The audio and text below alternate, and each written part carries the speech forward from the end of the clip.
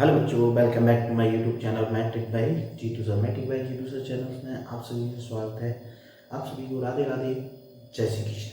तो आज हम लेकर के आए हैं आपके लिए क्वेश्चन नंबर, जैसा कि पिछली वीडियो में कराया था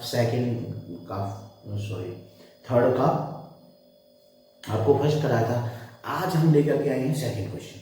सो ध्यान से देखना है, स्किप बिल्कुल भी नहीं करना है। विदाउट स्किप किए हुए देखिएगा, 100% आप लोगों की समझ में आएगा।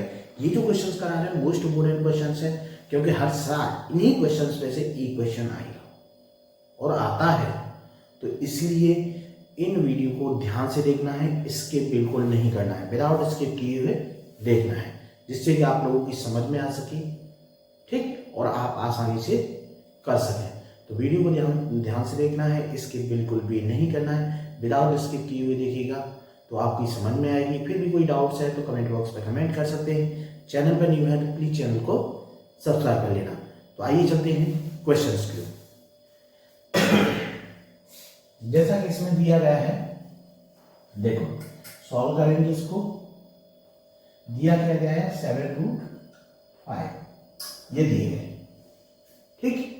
7√5 एक अपरिमेय संख्या है तो सिद्ध करनी है। तो हम मान लेते हैं, माना 7√5 एक परमेय संख्या है।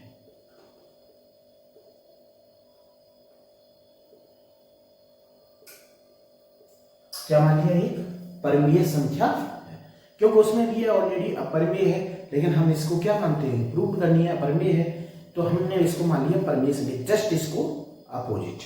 अब इसको करेंगे हम सॉल्व।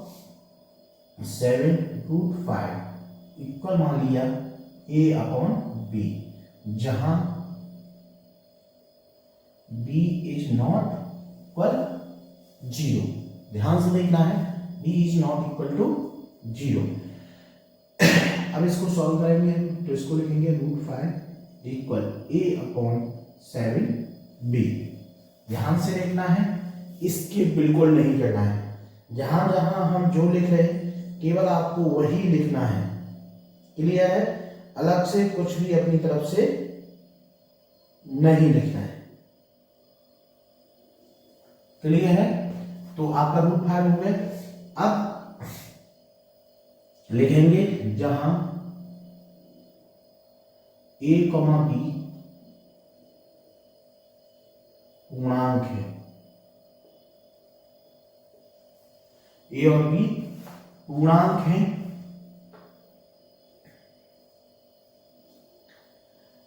और a, b में एक के अतिरिक्त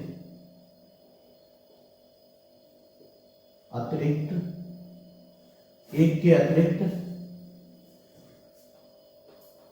कोई उभयनिष्ठ गुणनखंड नहीं है। ध्यान दीजिएगा, इसमें आपको लिखना है ए बी में एक के अतिरिक्त कोई उभयनिष्ठ गुणनखंड नहीं है। तो आप देखिए, इसमें आपको फिर हो गया √5 इक्वल a/7√7b, ठीक है? ये आपका रूट बराबर हो है a/7b। तो अब ये ध्यान देना इस चीज को, अब यहीं तक करना है, ना ही आपको इसका स्क्वायर करना है। ये चीज ध्यान रखिएगा, कुछ बच्चे इस पे स्क्वायर करेंगे फिर आगे करेंगे, नहीं। अगर दो नंबर्स दिए हैं, केवल अगर √5 होता तो आप इसको स्क्वायर करते, बट √5 नहीं है, नंबर 3 है साथ में, तो आपको स्क्वायर नहीं करना है, ठीक। तो हम लिखते हैं, हम जानते हैं कि a, b पूर्णांक है। a, b क्या है? पूर्णांक है। तो ध्यान से देखिएगा, इसलिए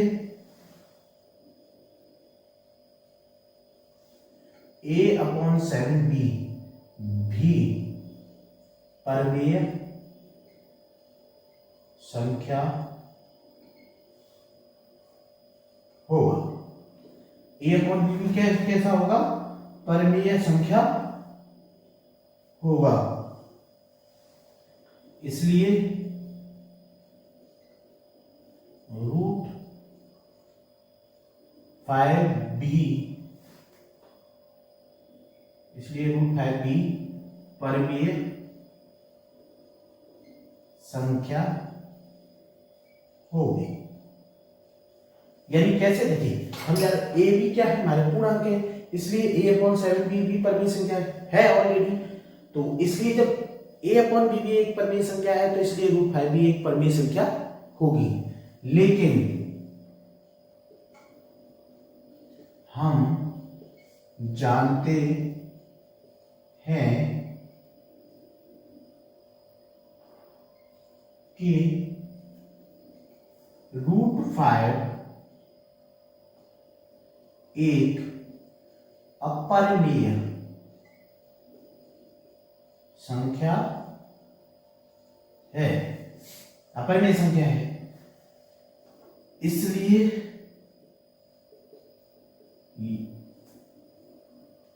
यह आपस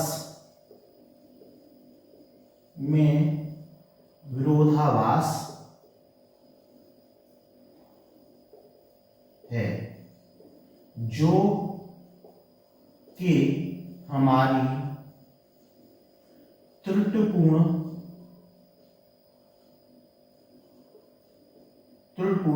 परिकल्पना है।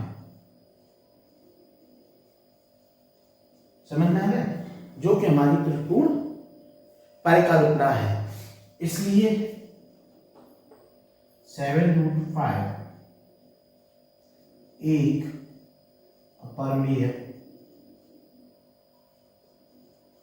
संख्या। समझ में आ गया? इसलिए 7√5 क्या है? एक अपरिमेय संख्या है। इस तरीके से आपको इस क्वेश्चन को करना है। ध्यान से समझ में आ गया होगा।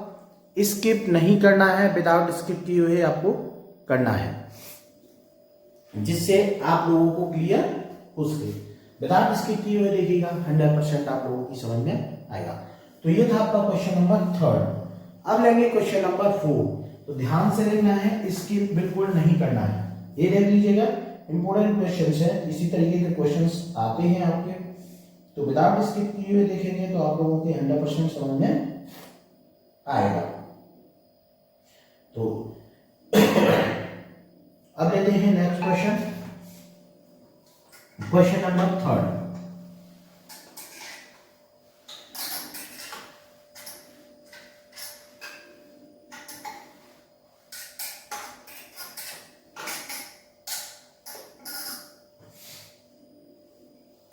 क्वेश्चन नंबर 3 में दिया गया है आपको 6 प्लस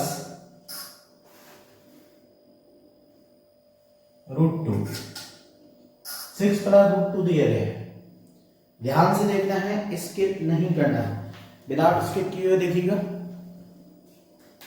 तो अब इसको हम सॉल्व करेंगे। सॉल्व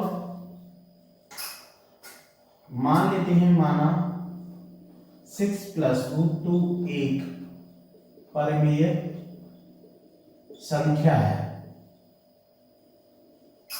ये क्या मान लिए? एक परिमेय संख्या है।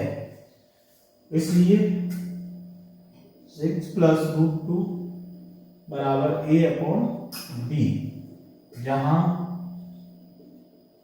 p इज नॉट इक्वल 0, यानी जहां p जीरो के बराबर नहीं है। हम लिखेंगे फिर जहां a, b पूर्णांक हैं, जिसमें a, b का एक के अतिरिक्त कोई उभयनिष्ठ, ध्यान रखना, उभयनिष्ठ गुणनखंड नहीं है। समझ में आ गया?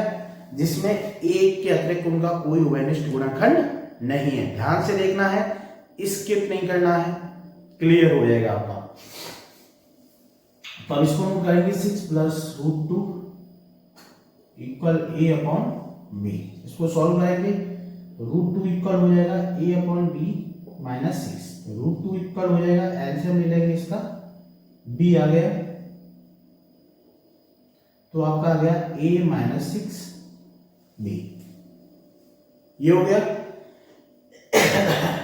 अब हमने क्या माना था, ए बी पूर्णांक है, तो हम लिखेंगे, हम जानते हैं कि a, b पूर्णांक हैं, इसलिए ध्यान देना, इसलिए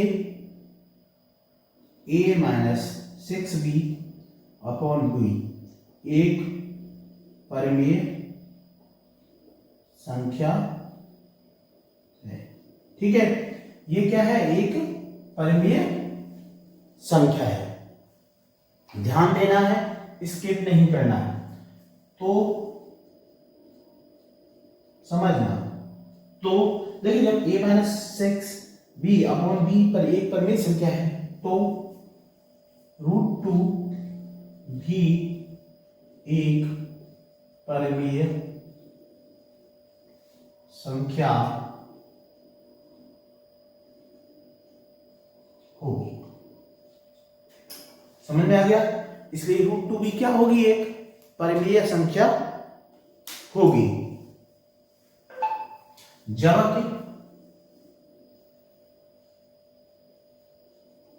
√2 एक अपरिमेय संख्या है।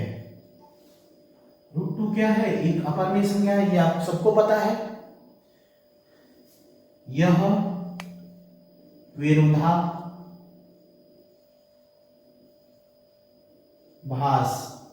को दर्शाता है। किसको दर्शाता है? विरोधाभास को, जो कि हमारी त्रुटिपूर्ण कल्पना, जो कि हमारी त्रुटिपूर्ण परिकल्पना का कारण है। समझ में आ गया? यानी जो कि हमारी क्या है, त्रुटिपूर्ण परिकल्पना के कारण हुआ है। इसलिए हम लिख देंगे, इसलिए 6 + √2 एक अपरिमेय संख्या है। क्लियर? इस तरीके से आपको इसको प्रूव करना है। ध्यान से देखिएगा, इंपोर्टेंट क्वेश्चन है, कोई भी स्किप नहीं करना है। विदाउट स्किप किए हुए देखिएगा 100% आप लोगों की समझ में आ जाएगा। विदाउट स्किप किए हुए आपको देखना है। तो इस तरीके से करना है आपको क्वेश्चन नंबर 2 और क्वेश्चन नंबर 3।